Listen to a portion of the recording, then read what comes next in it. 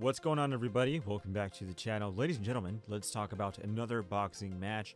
Truly a very crazy ending to that boxing match. Julio Cesar Chavez Jr. versus Danny Jacobs. Danny Jacobs fought against the Canelo Alvarez, Triple G, lost via decision to both of them. And we have Julio Cesar Chavez Jr., son of the legendary Julio Cesar Chavez, one of the greatest boxing greats of all time. Mexican style, fucking amazing guy. And Julio Cesar Chavez Jr. fought against Canelo, I think back in 2017, I believe, but wasn't in the best shape and kind of blew his money on cocaine and strippers. But yeah, that's besides the point. So the big thing here about the fight was the way it was stopped, the stoppage.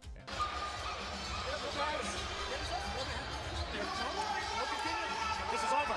Exactly. Wave it over, and he's done. We're gonna get to that later on, but first off, let's start off with analyzing this a little bit. Yeah, Junior came in a little overweight. Danny Jacobs came in at the exact weight he was required to come into, I believe. But Junior has a habit of not coming in at the weight he's supposed to. He's always coming in a little bigger at the weigh-in, so he's a little bit undisciplined, as I guess you could say. He's not dedicated to the craft. And I think if you need any more proof than besides the Canelo fight, I think this is another great example of Junior not having the discipline this time around with the weight. He came in a lot heavier than Danny Jacobs. I think when I looked at them going at it in the ring, Danny Jacobs, yeah, I think he did look like a super middleweight. But Junior looked a little bit like a cruiserweight in there. He looked, I dare say, maybe a heavyweight. But yeah, definitely Junior had a lot more weight on him than Danny Jacobs. And you can tell in the punches, when Junior shot his punches, I would see Danny Jacobs flinch a little bit more. He'd be thrown back a little bit more. And when Danny Jacobs went to go through his shots, yeah, they would still hurt Junior, but definitely they wouldn't push him back as much as the shots that Danny Jacobs received from Julio Cesar Chavez Jr. So yeah, in boxing, when there's like a significant weight difference, I mean, you're pretty fucked when it comes to power. Obviously, Junior had the weight advantage and the power advantage, but he was a little sluggish near the later rounds, and Danny Jacobs was a little bit more light on his toes, so to say. But yeah, Danny Jacobs fought a decent fight. I really don't like watching Danny Jacobs fight at all. I saw him fight Canelo. I thought it was a snore fest. I thought him versus Triple G was a little bit more exciting, but I just don't like watching Danny Jacobs fight. Granted, every time I watch Danny Jacobs fight, I'm usually sick. So I kind of have a bad omen with Danny Jacobs. So yeah, I mean, I'm pretty sure he's a nice guy, but Danny, I don't like watching your fights. And every time I do watch your fight, I'm sick or some sickness comes up. So yeah, I try to stay away from Danny Jacobs, but the fight was okay. There was some headbutts going on by Danny Jacobs to Julio Cesar Chavez Jr. And that's bound to happen. I mean, you're trying to get any advantage you can. Junior was complaining a lot to the judges. Now, I think if instead of complaining to the judges, he should have just shot back with his own headbutt or, a blow down under. If the other guy's going to be playing dirty, why don't you send him back something twice as dirty and give him the message, hey, if you're going to play dirty too, I can play dirty with this also.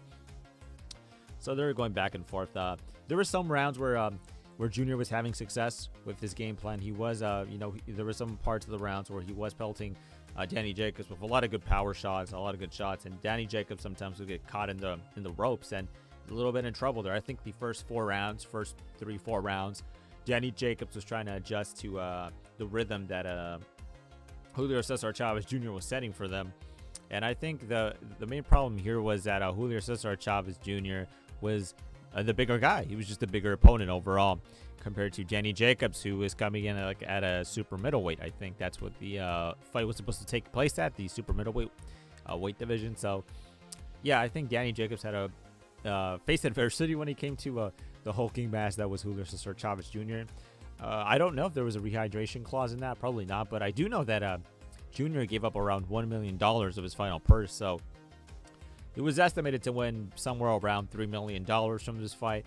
Yeah, that's a lot of money. But, when it comes to other bigger fighters like Triple G or Canelo, kind of chump change when you come to that. Plus, remember, you got to pay your coaches, your team, and so on and so on.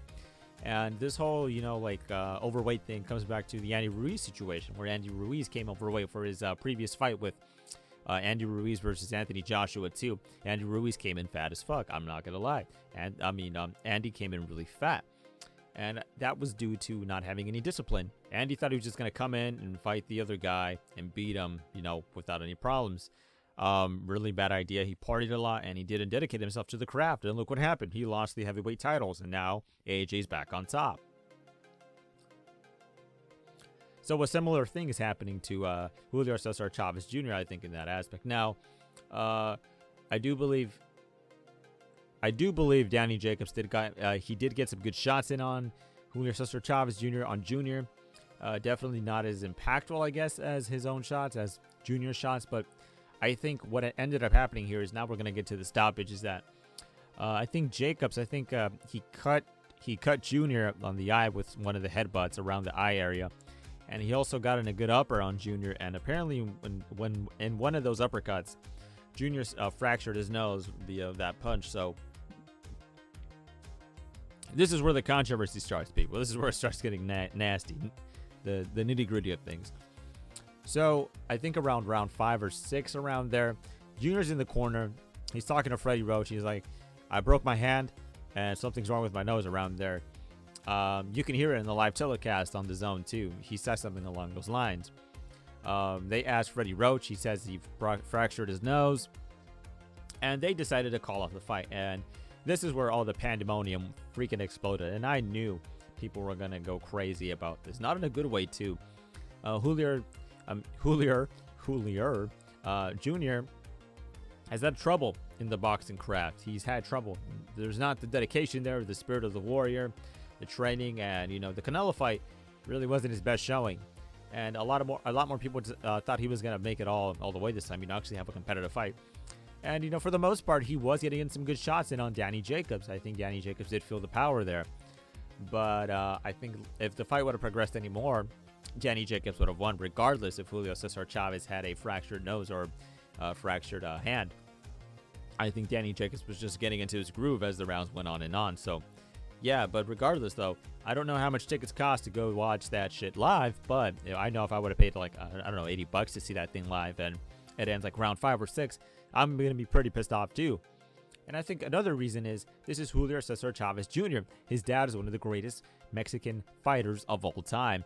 Now, for him to quit on the stool like that really doesn't look good for your image. It really doesn't. Now, yeah, his nose is fractured. His hand's fractured. His hand was hurt also, apparently. So in that aspect, you got to give it to him. You can't really go on fighting like that. You're going to ruin yourself permanently for other fights. And that's considering if he's going to get another fight, which I highly doubt, considering all things. But from that point of view, yeah, it's really good for the fighter to pull out. If your hand's fractured and your nose is fractured, you really shouldn't be fighting in the ring anymore. You're already out of it. So I kind of started not talking that much crap about him anymore when I thought about it from that angle. But on the other hand, you're the son of one of the most legendary fighters of the world, and he's a Mexican fighter. You go out on your shield, on your sword. You go out fighting, guns blazing with a big kabang. You just don't go out on the stool like that. A lot of Mexican fighters would rather die in the ring than just give it up like that, like Junior did. And I think a lot of Mexican fans felt betrayed for what Junior did in the ring that night.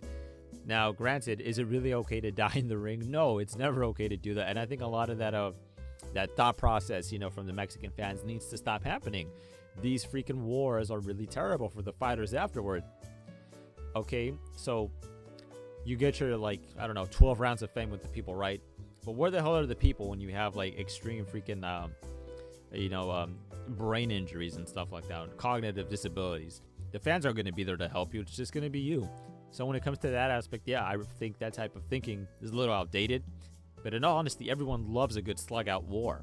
That's the terrible thing about boxing. People rather see the slug-out wars than the more technical aspects of it. But let's be honest here. Everyone likes a little bit of violence. Everyone loves a little bit of KOs going on.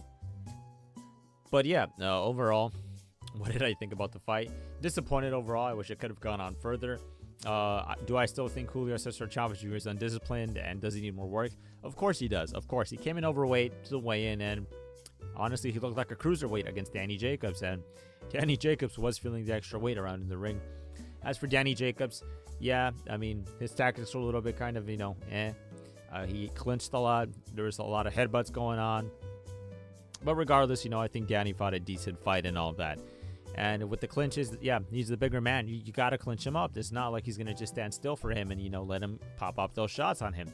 So there is some ring IQ going on there with Danny Jacobs. Danny, congratulations on the win.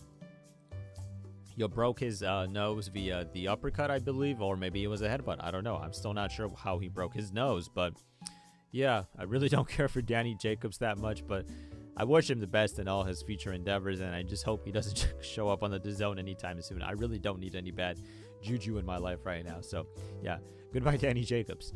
Julio Cesar Chavez Jr., I think he had a decent night. I think he came a little bit heavy. I think that kind of hurt him in the later rounds, and I think he was just a little slow in the ring. And if he's just relying on brute power, not the greatest situation to be in when you're facing a more technical boxer. And Danny Jacobs was going to expose him a little bit more, I think, as the rounds go on. If it would have gone past that round he got stopped in, I think we might have seen a stoppage regardless, from the referee and Danny Jacobs. But yeah, let me know what you guys think about Danny Jacobs versus Julio Cesar Chavez Jr. in the comment section down below. Do you believe Julio is an asshole? Do you think he should have not gone out of the ring? Do you think he should have stayed and fight until his fucking ribs cracked and shit?